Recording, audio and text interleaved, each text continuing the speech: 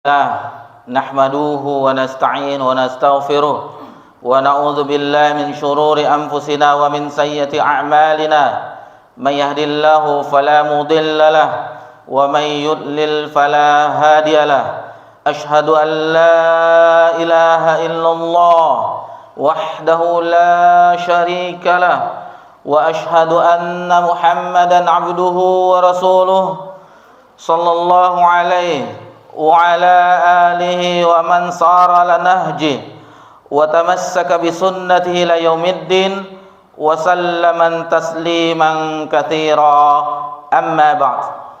Alhamdulillah, puji syukur kehadiran Allah Subhanahu wa taala di malam yang berbahagia ini, di tanggal 25 Al-Muharram 1445 Hijriah, bertepatan dengan 11 Agustus 2023 Masehi. Allah perjumpakan kita di salah satu rumah-rumah Allah Subhanahu wa taala. Allah perjumpakan kita di dalam rangka beribadah kepada Allah Subhanahu wa taala. Sebelumnya, alhamdulillah, nikmat yang sangat besar Allah menjadikan kita berbaris-baris di shaf ketika menunaikan salat fardu maghrib. Kemudian kita berzikir, mengingat Allah Subhanahu wa taala, dan setelahnya kita menunaikan salat sunnah ba'diyah, menunggu waktu isya. Alhamdulillah, ini satu nikmat yang tidak seluruh kaum muslimin dan muslimat bisa meluangkan waktunya. Allah berikan kita kesempatan untuk belajar bersama-sama. Kita katakan belajar karena yang mendengar dan yang menyampaikan sama-sama kondisinya sebagai pelajar, sama-sama belajar. Jadi alhamdulillah. Namun untuk di setiap Jumat genap, Jumat kedua dan Jumat keempat, insyaallah kita sebagaimana telah disepakati, kita bersama-sama mempelajari sirah, sejarah, perjalanan hidup, biografi manusia yang paling agung, yakni Nabi kita tercinta, Nabi Muhammad sallallahu alaihi wasallam. Adapun materi yang banyak kita ambil yaitu dari kitab ini, dan alhamdulillah kitabnya sudah diterjemahkan. Kalau dalam versi bahasa Arabnya Ar-Rahiqum Makhtum, yang ditulis, yang disusun oleh Syekh Syaifur Rahman Al-Mubarakfuri sekitar tahun 76. Dan alhamdulillah kitab ini memperoleh juara 1 ketika ada lomba penulisan sirah nabawiyah tahun 1399, sekitar tahun 79 atau 78, yang diadakan, yang ditaja oleh Ar-Rabitah A'lam Islamiyah yang berkedudukan di Arab Saudi pusatnya. Dan ini kitab yang kita bahas mendapatkan juara 1. Dan alhamdulillah banyak penerbit-penerbit di negeri kita yang menerbitkan kitab ini, dan alhamdulillah versi yang terbaru yang kita dapatkan, alhamdulillah ada covernya, hardcover. Padahal dahulu kita juga pernah ada kitab ini, tetapi dalam keadaan biasa. Tapi alhamdulillah ini kertasnya sudah lumayan.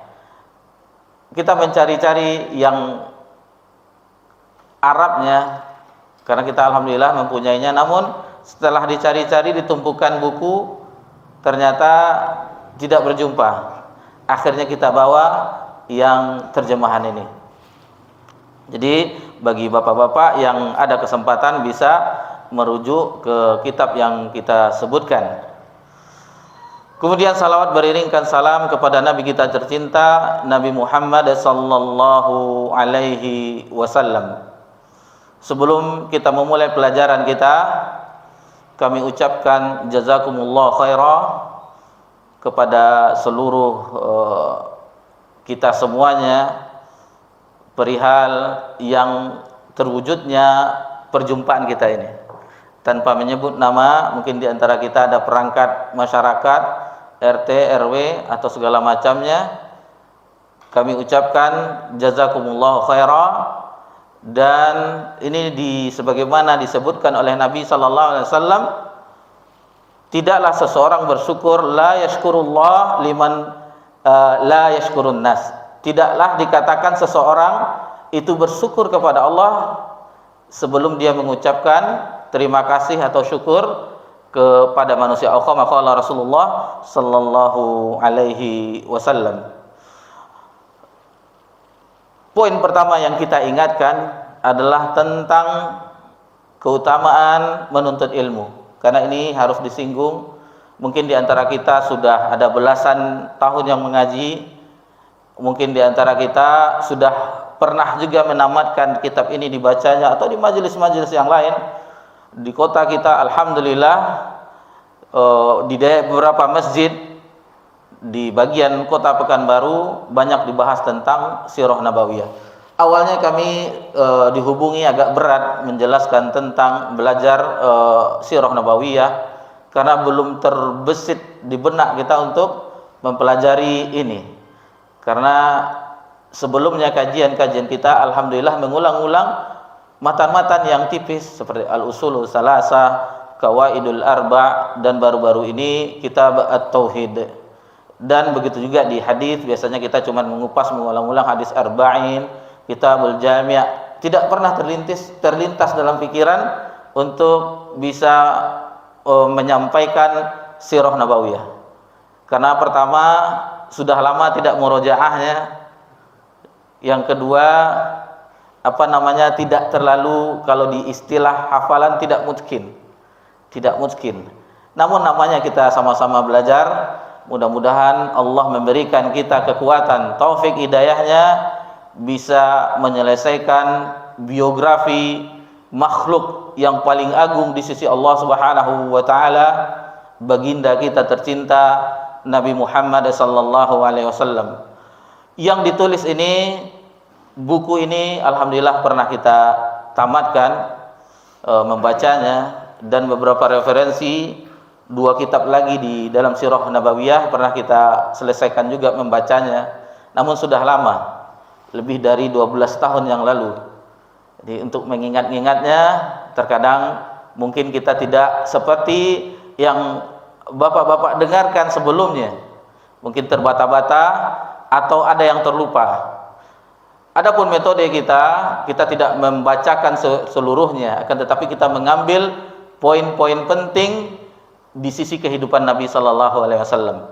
Tidak seluruhnya yang kita ulaskan, akan tetapi yang kita akan sampaikan insyaallah yaitu poin-poin penting sehingga gambaran sosok yang mulia begitu terbayang di dalam sanubari kita.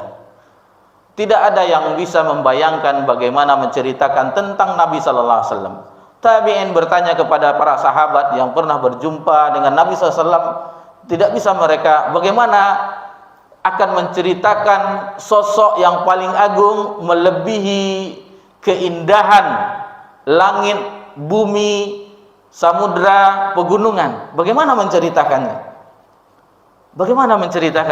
Para sahabat ditanya bagaimana Nabi sallallahu alaihi wasallam, tidak mampu mereka menceritakannya kepada tabi'in.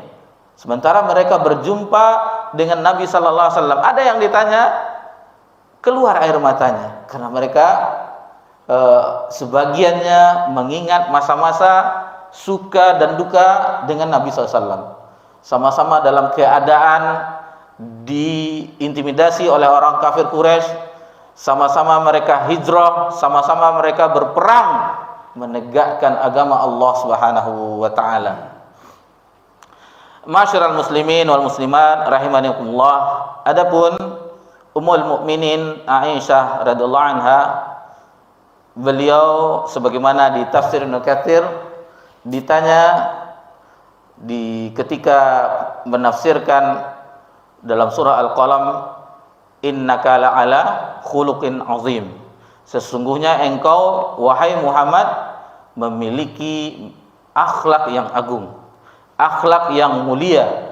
Rabbuna Jalla wa Ala langsung memuji akhlak Nabi sallallahu alaihi wasallam. Al-Imam Ibnu Katsir rahimahullahu taala membawakan hadis di mana Ummul Mukminin Aisyah radhiyallahu anha menjelaskan kana khuluquhul Quran. Adalah akhlak Nabi sallallahu alaihi wasallam adalah Al-Qur'an. Dijelaskan oleh para ulama kita bahwasanya apa-apa yang dijelaskan berupa perintah dalam Al-Qur'an, Nabi sallallahu alaihi wasallam mengamalkannya yang pertama. Dan apa-apa yang dilarang oleh Nabi sallallahu alaihi wasallam, Nabi yang pertama kali menjauhinya dan memperingatkan umat akan bahaya tersebut. Jadi tidak ada satupun kebaikan di dalam agama ini melainkan telah disampaikan oleh Nabi sallallahu alaihi wasallam. Begitu juga sebaliknya, apapun bentuk keburukan telah diperingatkan oleh Nabi sallallahu alaihi wasallam akan bahaya dampaknya di akhirat kelak. Jadi tentang sirah nabawiyah adalah kita akan menggambarkan tentang sosok yang mulia dari lahirnya sampai wafatnya, sampai detik-detik wafatnya sallallahu alaihi wasallam. Lalu kita juga akan membahas tentang peperangannya, tentang bagaimana mereka dengan Nabi sallallahu alaihi wasallam dengan para sahabat. Kita akan singgung cuman tidak secara detail. Tidak secara detail, akan tetapi yang penting kita mengetahui poin-poin besarnya. Adapun peristiwa-peristiwa penting maka itu akan kita sampaikan di kajian kita di insyaallah di Jumat pekan genap insyaallah. Jadi begitu tentang kisah-kisah ini, sirah perjalanan Nabi SAW mengemban risalah yang Allah amanahkan kepada Nabi SAW. Nabi juga mengisahkan umat-umat terdahulu. Nabi juga mengisahkan umat-umat terdahulu. Bagaimana Nabi SAW menceritakan tentang Juraij, kisah seorang ahli ibadah yang difitnah. Nabi SAW mengisahkan Bani Israel terdahulu. Dan begitu juga Allah Subhanahu wa taala juga menceritakan kisah-kisah di dalam Al-Qur'anul Karim. Sebagaimana salah satunya yaitu bagaimana Allah Subhanahu wa taala mengkisahkan kisah yang sangat indah mengenai Nabiullah Yusuf alaihissalam. Allah Subhanahu wa taala berfirman, "Nahnu naqussu 'alaika ahsanal qasasi bima auhayna ilaik." Ila akhiril ayah, kami mengisahkan kepada engkau tentang sebagus-bagus, sebaik-baik kisah yang diwahyukan kepadamu. Dan tidak semua para nabi dan rasul yang dibawakan kisahnya oleh Al-Qur'anul Karim, tidak seluruhnya, mungkin sebagiannya atau sebagian kecilnya. Namun di dalam kisah Yusuf, di dalam kisah Nabi Yusuf alaihissalam terdapat kisah yang sangat panjang. Kisah yang sangat panjang dari awal bagaimana perseteruan, istilahnya dengki irinya saudara-saudara mereka sampai akhirnya mereka berkumpul di sesuatu di negeri Mesir ketika itu. Sesuatu yang membuat mereka akhirnya berkumpul, ayah dan anak-anaknya. Kisah yang sangat indah yang mungkin bapak-bapak, ibu-ibu sudah mengetahuinya. Dan tidak semuanya dikisahkan sebagaimana Allah Subhanahu wa taala berfirman dalam surah Ghafir atau surah Al-Mu'min. Allah Subhanahu wa taala berfirman, "Wa laqad arsalna rusulan min qablika minhum man qasasna." Sungguh kami telah mengutus rasul-rasul sebelum engkau wahai Muhammad di antara mereka. Man qasasna alaik wa minhum man lam naqsus alaik. Jadi sebagian Allah kisahkan kepada Nabi SAW dan sebagian lagi tidak dikisahkan oleh Allah Subhanahu wa taala, tidak diwahyukan kepada Nabi Muhammad sallallahu alaihi wasallam. Karena sebagaimana kita ketahui jumlah rasul lebih dari 300. Adapun jumlah para nabi ribuan. Jadi tidak seluruh dikisahkan, diwahyukan kepada Nabi Muhammad sallallahu alaihi wasallam. Kita awali karena tadi di awal-awal sirah nabawiyah bagaimana Nabi sallallahu alaihi wasallam mengemban risalah ini sehingga terkhusus ketika itu Jazirah Arab dan kepada seluruh wilayah awal-awalnya Jazirah Arab yang mana sebelumnya mereka dengan jahiliyahnya, dengan diutusnya Nabi SAW menjadi terang benderang dengan cahaya keimanan. Awalnya mereka menyembah makhluk, akhirnya mereka menyembah Khalik, menyembah Allah Subhanahu wa taala. Sedikit kita gambarkan mengenai Arab sebelum Nabi SAW diutus, bahwasanya apabila kita mendengar Arab, Jazirah Arab, maka terbayang bagi kita gurun-gurun Sahara yang panas, yang apabila kita berada di situ atau kita bayangkan, maka kita lihat padang pasir yang sangat luas. Memang begitulah keadaan geografis dari Jazirah Arab. Walaupun demikian, mereka daerah tersebut menjadi tempat persinggahan baik melalui, kalau zaman dahulu transportasinya selain hewan tunggangan melewati darat, onta, kuda, keledai dan yang lainnya, juga menggunakan kapal laut, dan mereka berhenti di semenanjung Arab sebagai tempat mereka persinggahan. Namun dengan kondisi geografis seperti itu tidak menarik bagi negara-negara untuk menguasainya. Imperium besar ketika itu seperti Romawi dan Persia, tidak ada yang bisa diambil dari kekayaannya, tidak bisa diambil. Biasanya kalau orang menjajah seperti di Indonesia, Belanda menjajah selama 3,5 abad. Begitu juga Jepang, dan sebelumnya sudah diawali oleh Spanyol dan Portugis. Karena hasil bumi kita yang begitu melimpah ruah. Kita ingatkan juga, karena kita di bulan Agustus, kita juga bersyukur kepada Allah Subhanahu wa taala. Allah berikan kita kemerdekaan. Kita berada di 11 Agustus, 17 Agustus. Biasanya negara kita memperingati, ada upacaranya. Namun bagi kita, misalnya bagi nggak ada, kita tidak pegawai, tidak pelajar atau segala macamnya, kita doakan bagaimana negara kita, negeri kita aman sentosa. Dan kita harus mensyukuri nikmat kemerdekaan ini. Kita kembali lagi ke pembahasan. Masyarul muslimin rahimani rahimakumullah. Lalu yang asal muasal dari orang-orang Arab, sebagaimana disebutkan, ada namanya Arab Ba'idah. Arab Ba'idah adalah orang-orang Arab kuno yang Allah Subhanahu wa taala sebutkan, seperti kaum 'Ad, kaum Tsamud, yang mereka semuanya telah punah. Tidak ada lagi di zaman kita sekarang. Yang kedua, Arab Aribah, yaitu orang-orang Arab yang berasal dari keturunan Ya'rub bin Yashjub bin Qattan, dan ini masih ada sampai sana, atau disebut juga dengan Qattaniyah, dan bahkan ada ulama yang dinisbahkan ke situ. Apabila kita melihat Hisnul Muslim, doa-doa harian itu, maka kita jumpai penulisnya Sa'id Wahab Al-Qahtani, masih ada dinisbahkan ke Qahtan. Lalu yang ketiga, Arab Mustaribah. Ini dia asal muasal terkhusus bagi keturunan Nabi kita tercinta Nabi Muhammad SAW, karena Arab Aribah ini adalah keturunan dari Nabiullah Ismail alaihissalam. Sedikit kita singgung kisah Nabi Ismail alaihissalam, yang mana bapaknya adalah Abul Anbiya. bapaknya para nabi.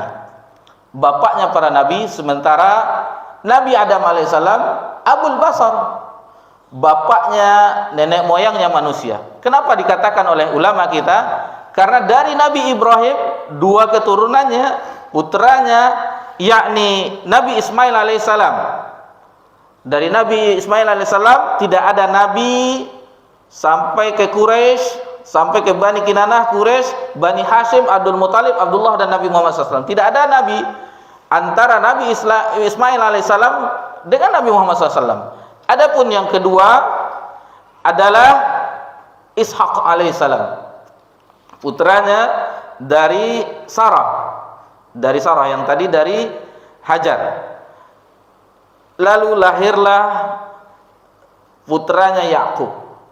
Dari Yakub Yusuf, dan dari putra Yakub itulah yang ada disebutkan Yakub itu adalah di bahasa Ibraninya diberi gelar dengan Israel. Itu bahasa Ibrani. Adapun bahasa Arabnya sama dengan Abdullah. Israel artinya hamba Allah, bahasa Ibrani, bahasa Arabnya Abdullah, hamba Allah. Bani Israel dari Yakub alaihissalam sampai ke bawah sampai Nabi Isa alaihissalam, itu semuanya keturunan Bani Israel. Itu semuanya keturunan Bani Israel. Dan mereka orang-orang ahlul kitab, orang yang diberikan kitab, baik itu Taurat dan Injil. Mereka mengenal Nabi sallallahu alaihi wasallam. Sebagaimana firman Allah Subhanahu wa taala, ya'rifunahu kama ya'rifu abna'ahum. Mereka mengenal engkau wahai Muhammad sebagaimana mereka mengenal anak-anak mereka. Nanti akan kita jumpai kisahnya bagaimana orang-orang Madinah sebelum Nabi SAW hijrah ke Madinah, Yathrib, sebelumnya awalnya terjadinya peperangan antara Aus, suku yang besar, dan Khazraj. Lalu mereka di situ sudah ada Yahudi. Orang-orang Yahudi mengatakan, nanti akan diutus Nabi akhir zaman yang akan kami perangi kalian semuanya bersama mereka. Jadi telah tahu mereka mengetahui tentang diutusnya Nabi Muhammad sallallahu alaihi wasallam. Namun hasad, dengki yang dimiliki oleh orang-orang ahlul kitab yang mereka menerima keterangan, menerima kitab suci dari Allah Subhanahu wa taala, Taurat dan Injil. Kedengkian yang ada di dalam diri mereka sebagaimana kedengkian iblis kepada Adam. Bagaimana iblis terhadap Adam? Dengkinya sehingga diperintah oleh Allah Subhanahu wa taala tidak mau sujud kepada Adam. Aba wastakbara. Maka iblis itu sombong dan enggan dan sombong. Masyarul muslimin rahimani wa rahimakumullah, dan keturunan Nabi sallallahu alaihi wasallam yang berasal dari Nabi Ibrahim tadi. Jadi Nabi Ibrahim asalnya di Irak, lalu berpindah-pindah, pernah ke Mesir dan menetapnya di Syam, Palestina. Di Palestina, disitulah Nabi Ibrahim mendakwahkan risalah dari Allah Subhanahu wa taala. Nabi Ibrahim alaihissalam dengan perintah Allah Subhanahu wa taala, maka pergilah ke gurun, ke daerah yang tidak bertuan, yang tidak ada penduduknya, yang kita kenal dengan Mekah sekarang. Ibrahim alaihissalam ketika itu bertiga dengan bayi, ketika itu Nabi Ismail alaihissalam masih bayi, meninggalkan istrinya, keluarganya Hajar, dan Ismail alaihissalam yang ketika itu masih bayi. Nabi Ibrahim ini dikisahkan oleh Imam Bukhari, di Sahih Bukhari dicantumkan. Kita bacakan saja dengan makna. Ketika Nabi Ibrahim berjalan meninggalkan mereka di gurun pasir yang tidak ada pepohonan, makanan, minuman, dipanggil Nabi Ibrahim tetap berjalan, dipanggil masih berjalan, lalu ditanyakan, apakah Allah yang memerintahkan engkau?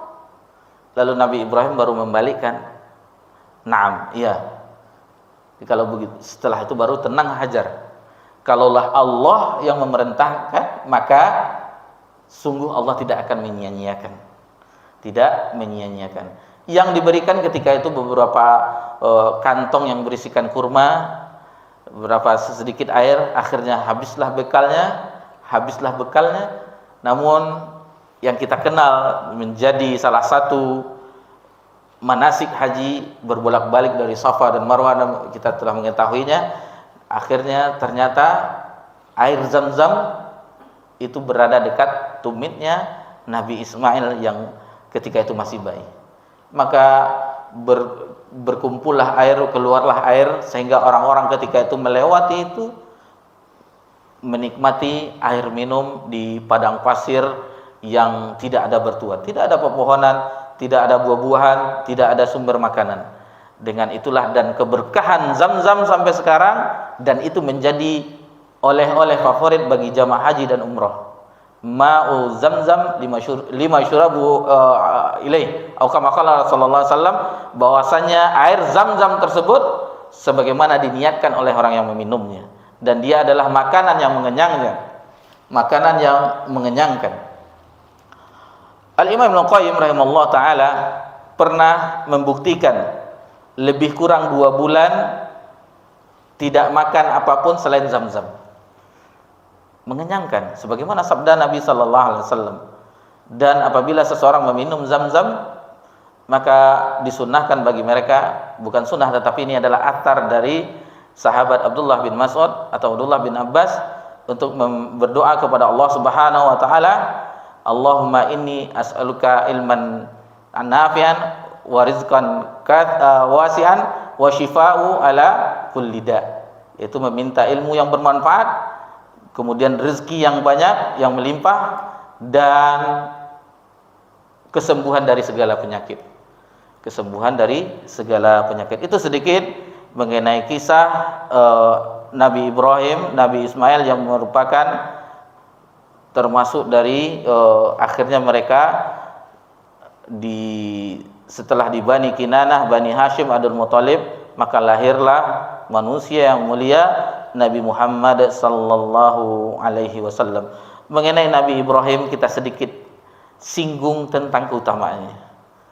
Kita singgung sedikit. Kita tidak bawakan banyak-banyak ayat, di antaranya dalam surah An-Nisa, wattakhazallahu Ibrahima khalila. Allah menjadikan Ibrahim khalil, sebagai kekasih. Kata-kata khulla adalah bentuk cinta yang paling tinggi. Ada namanya hub, ada namanya syauq, rindu, ada macam-macamnya. Al-Imam Ibnu Qayyim membawakan beberapa bagiannya, dan bahkan ada cinta itu yang menyengsarakan. Adapun yang paling tinggi adalah khullah, khalil. Karena di ruangan hati tidak ada yang lain kecuali yang dicintai. Dan ini telah dibuktikan oleh Nabi Ibrahim alaihissalam. Seluruhnya diamalkan oleh Ibrahim alaihissalam, seluruh perintah Allah subhanahu wa ta'ala. Sampai ketika Nabi Ibrahim beranjak belia, diperintahkan untuk menyembelih putranya, Nabi Ibrahim tetap mengamalkan perintah Allah subhanahu wa ta'ala yang kita kenal di setiap bulan Zulhijjah dengan ibadah kurban. Lalu begitu juga bagaimana Nabi Ibrahim alaihissalam ketika mengunjungi keluarganya di Mekah dari Palestina, mengunjungi putranya Ismail, lalu ditanyakan, diketuk dengan salam, dibukakan oleh, ternyata itu adalah menantunya. Karena sudah lama tidak pulang, maka ditanyakan perihal pergi berburu. Lalu ditanyakan oleh Nabi Ibrahim bagaimana kehidupan, bagaimana, mengeluh dia. Setelah itu di beberapa masa kemudian berjumpa dengan Ibrahim, bahwasanya Nabi Ibrahim mengisyaratkan, gantilah palang pintunya. Maksudnya gantilah istrinya. Gantilah istrinya karena termasuk istri yang tidak bersyukur. Tidak bersyukur, dan ini ketahuilah bahwasanya salah satu dosa terbesar bagi seorang istri adalah kufur terhadap nikmat suaminya. Meskipun dia sholat, meskipun dia puasa, meskipun seorang istri itu melakukan amal-amalan qiyamul lail atau puasa dan segala macamnya, puasa sunat, akan tetapi kufur dengan nikmat suaminya, maka tak ada surga baginya. Karena suami tersebut bagi wanita muslimah, bagi seorang istri adalah jannatuki wan naruki, surga engkau atau neraka engkau. Lalu di kesempatan lainnya, beberapa masa berkunjung kembali Nabi Ibrahim alaihissalam ke putranya Ismail di Mekah dari Palestina. Kejadiannya sama, diketuk lalu ditanyakan perihal bagaimana keadaan rumah. Lalu sang istri bersyukur kepada Allah Subhanahu wa taala dan tidak ada keluhan yang diucapkannya kepada Nabi Ibrahim. Lalu Nabi Ismail mengatakan, siapa yang datang ini, disebutkan ciri-cirinya, itulah adalah bapakku Ibrahim alaihissalam. Itu adalah bapakku Ibrahim alaihissalam. Itulah sedikit bagaimana Nabi Ibrahim keutamaannya adalah orang yang manusia, para nabi yang dijadikan salah satunya kekasih Allah. Begitu juga dengan Nabi kita Nabi Muhammad sallallahu alaihi wasallam juga Khalilullah. Jadi keliru sebagian kita dengar bahwa Nabi Muhammad adalah Habibullah. Tidak. Nabi Muhammad sama dengan Nabi Ibrahim adalah Khalilullah, kekasih Allah Subhanahu wa taala. Mungkin kita azan dulu, insyaallah setelah azan kita lanjutkan.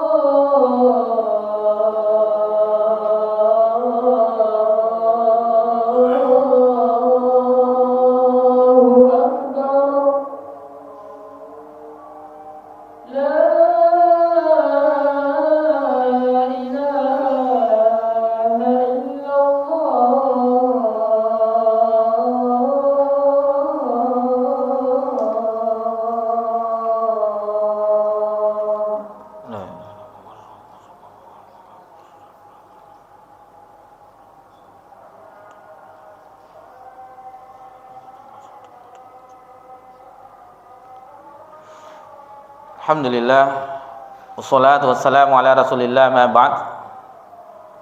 Masyarul muslimin wal muslimat rahimanikumullah. Kita lanjutkan kembali pelajaran kita.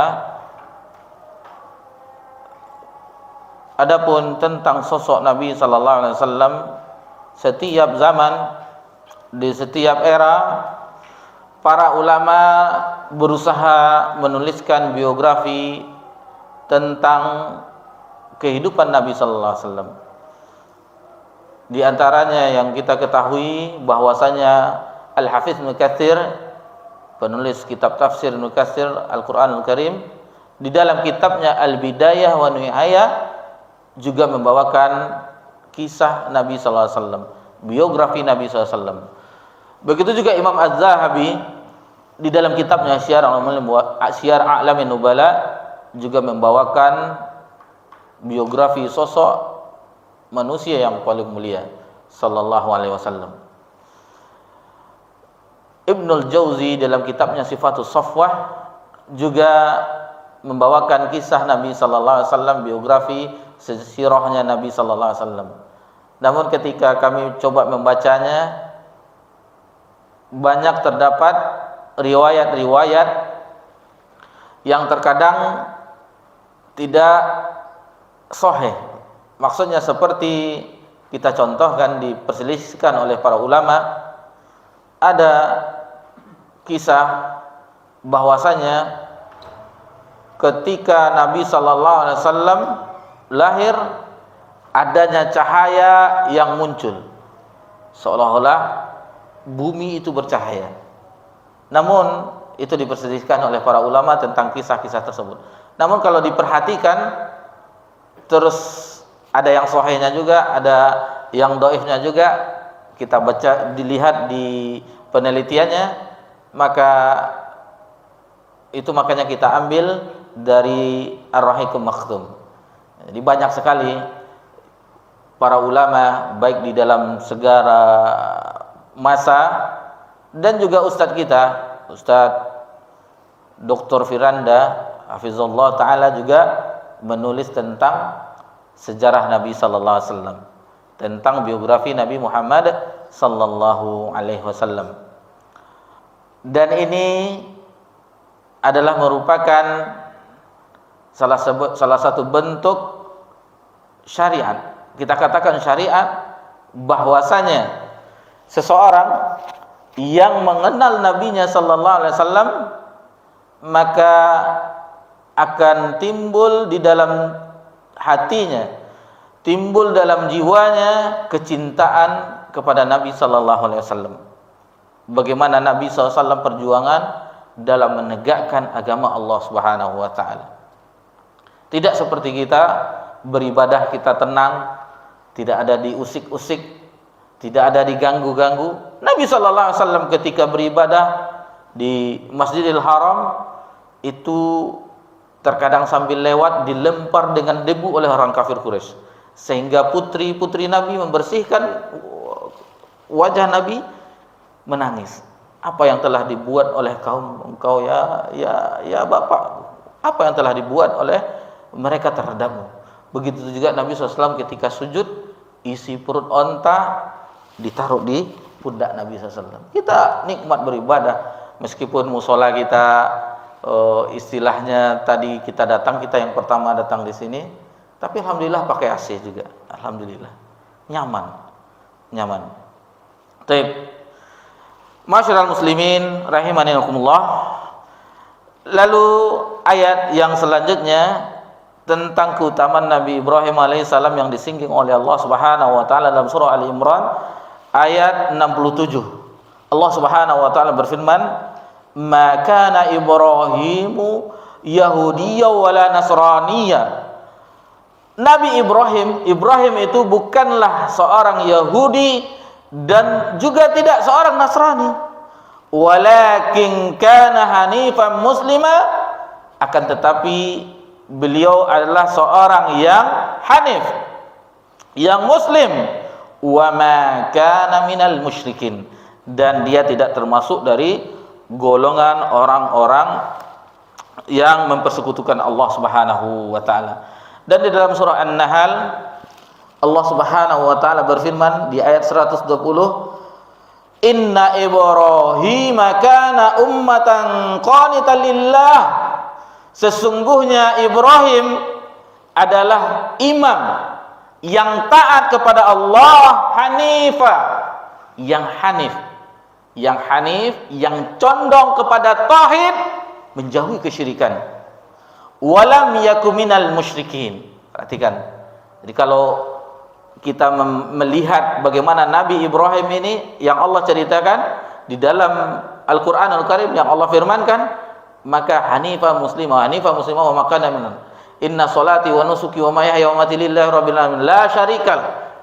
Tidak hanif dan tidak termasuk golongan orang-orang yang berbuat syirik kepada Allah Subhanahu wa taala. Karena ketika zaman Nabi Ibrahim, beliaulah alaihi salam yang mendakwahkan tauhid sendiri.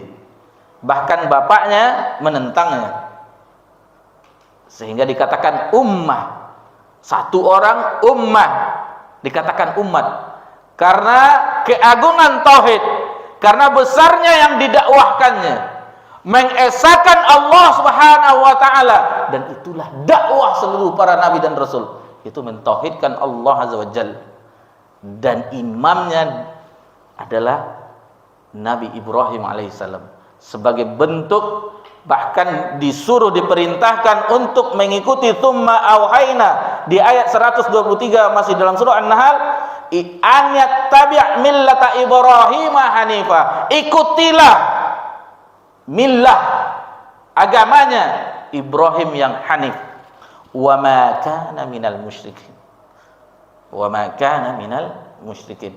Banyak sekali ayat-ayat yang menjelaskan, bahkan di dalam al-wala wal bara menjadi panutan bagaimana Nabi Ibrahim alaihissalam meninggalkan keluarganya, kaumnya, agar mengibadahi Allah Subhanahu wa taala semata.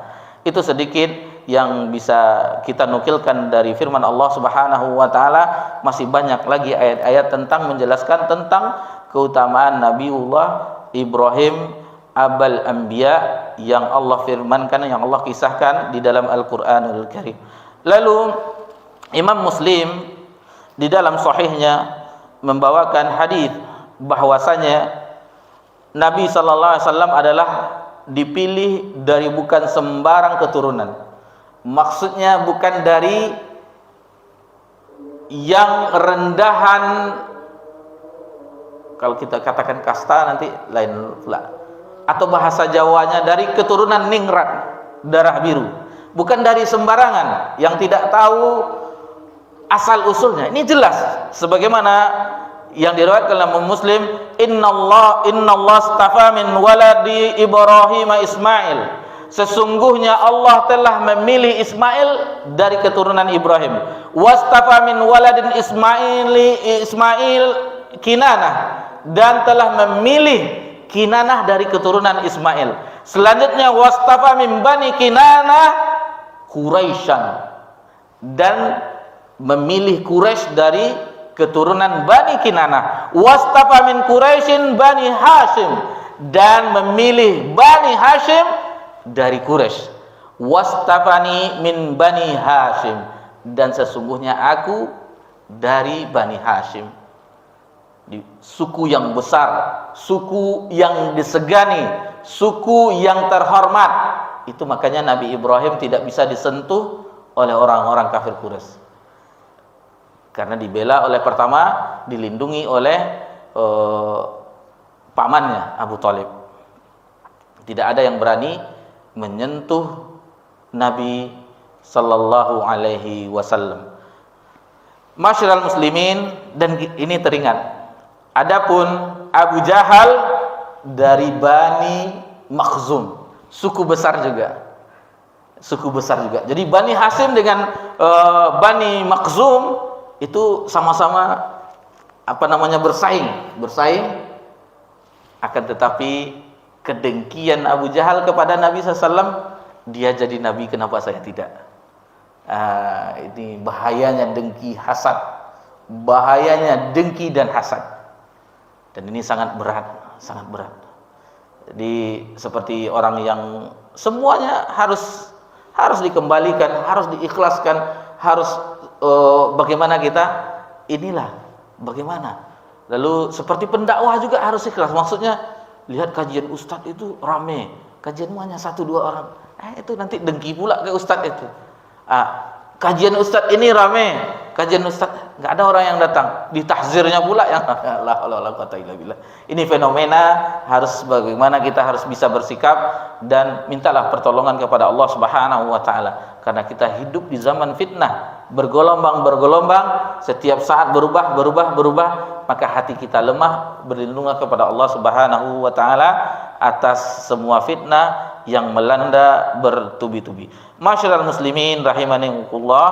Kemudian sedikit kita singgung tentang lembaga pemerintahan sebelumnya, bahwasanya sistem pemerintahan ada 2 ketika itu. Ada yang sistem kerajaan yang rajanya bermahkota, seperti itu di Yaman, di Syam, atau di Putra Ghassan, dan di daerah Hirah.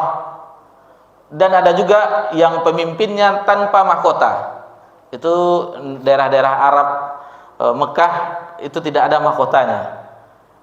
Ketika di zaman Nabi SAW, yang menjadi pemimpin di Mekah ketika itu kakeknya Abdul Muthalib. Tidak ada singgasana mahkota yang lainnya.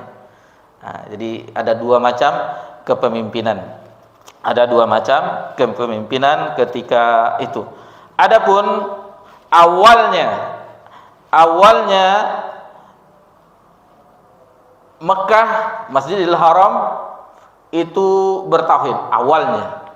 Namun ketika ada seorang yang mulia,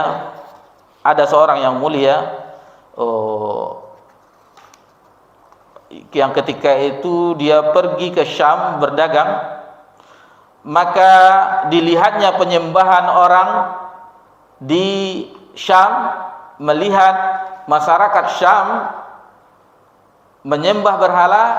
Ketika kembali ke Mekah sepulang berdagang, maka ditirulah Amr bin Luhai. Dia adalah seorang yang dermawan, seorang yang terpandang. Ini sebelum zaman Nabi SAW, sebelum Nabi SAW lahir. Orang yang terpandang, orang yang dermawan, orang yang dihormati, yang kata-katanya didengar.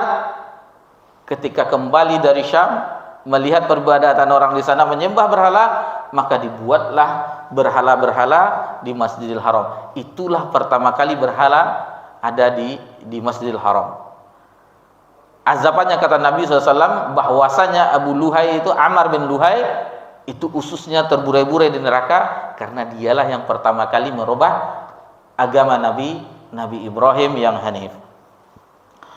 Itu sedikit bagaimana awalnya tetap Hanif, akan tetapi telah dirubah sehingga mereka merusak.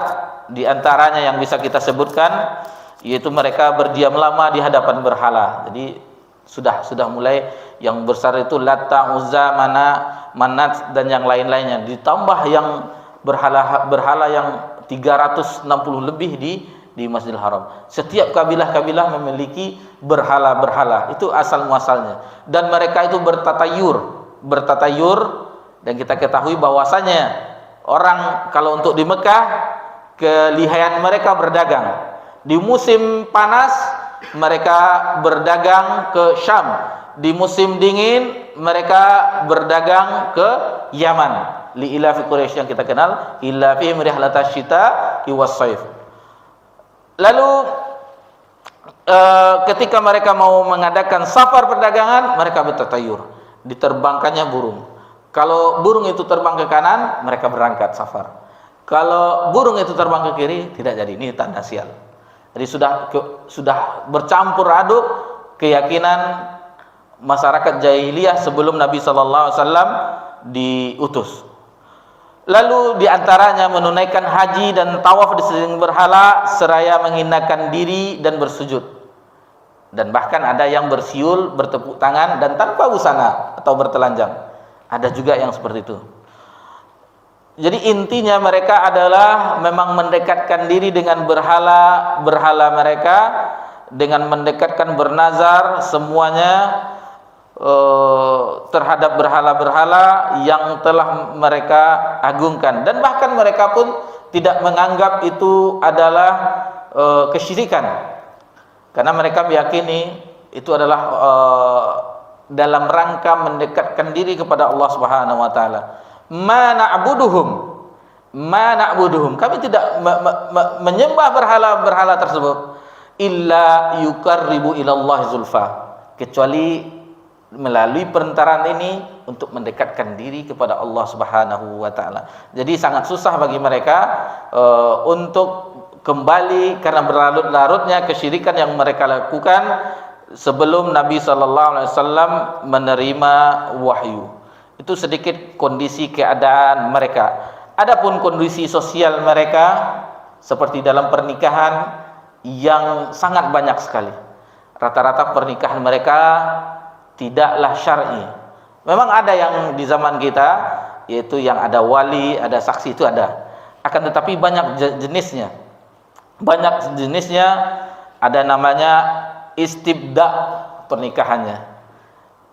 Bagaimana istibda ini? Yaitu seorang laki-laki berkata kepada istrinya, apabila istrinya suci dari haid, pergilah ke si fulan. Jadi disuruhnya istrinya berzina ke si fulan untuk mendapatkan benihnya.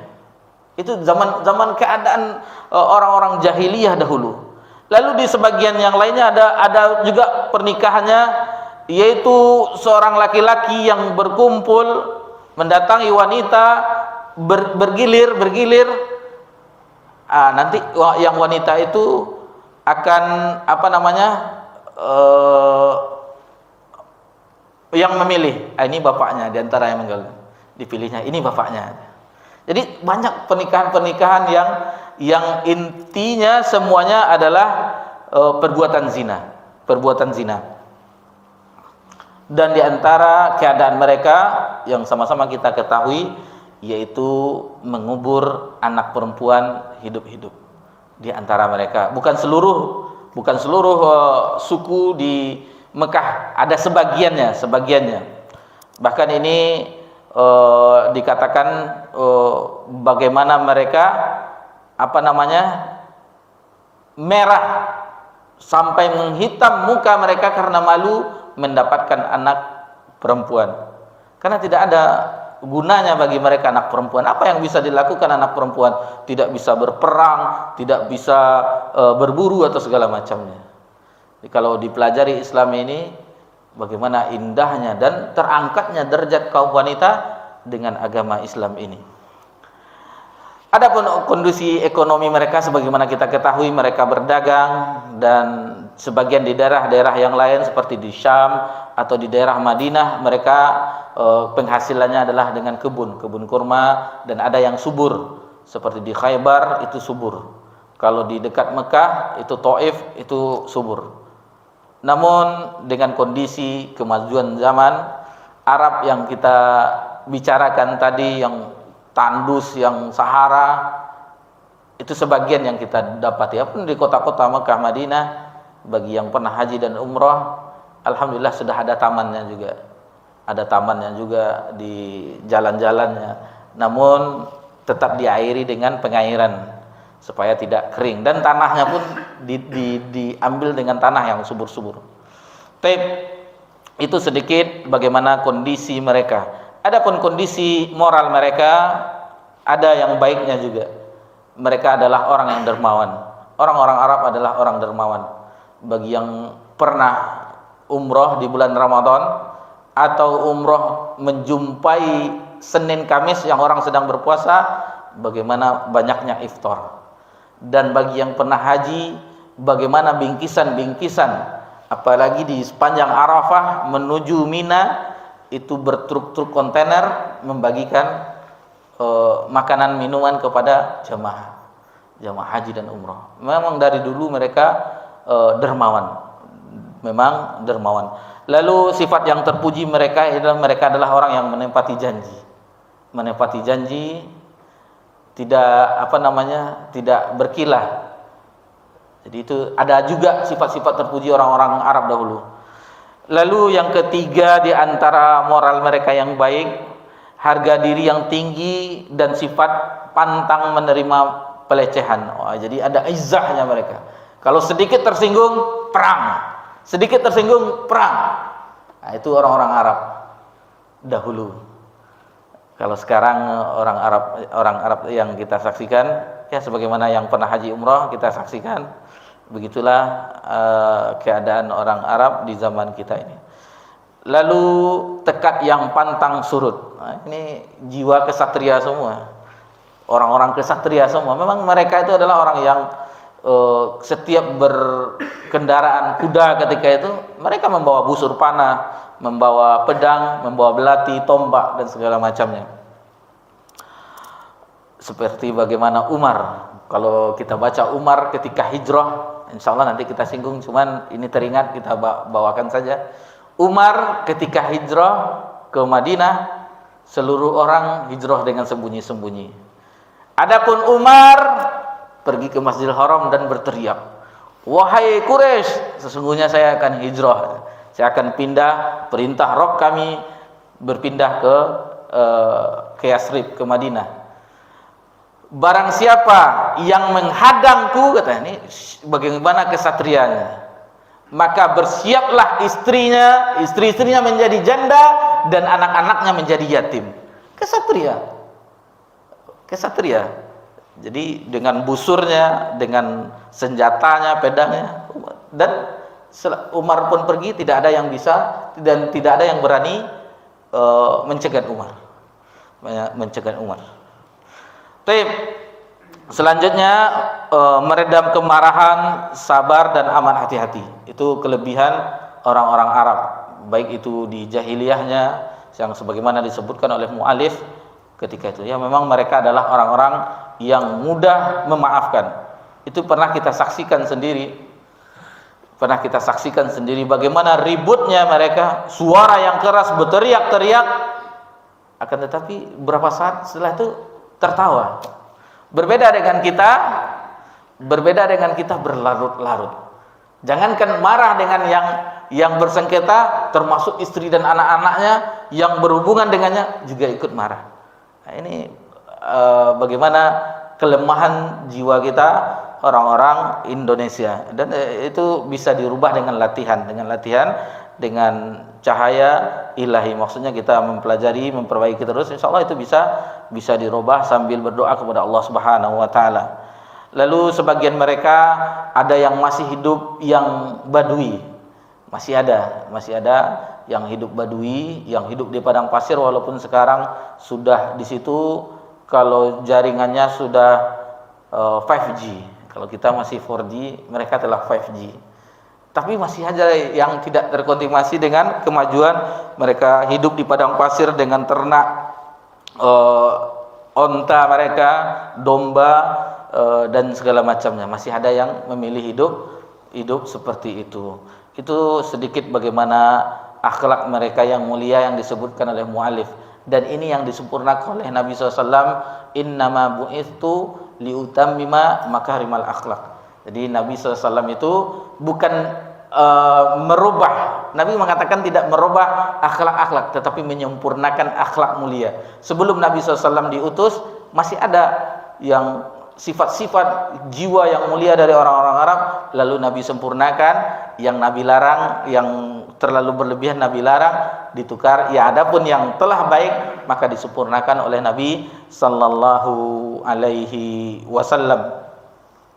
Itu sedikit yang bisa kita sampaikan mengenai sebelum Nabi SAW diutus. Insyaallah nanti kita akan masuk ke pembahasan berikutnya, yaitu tentang nasab Nabi SAW.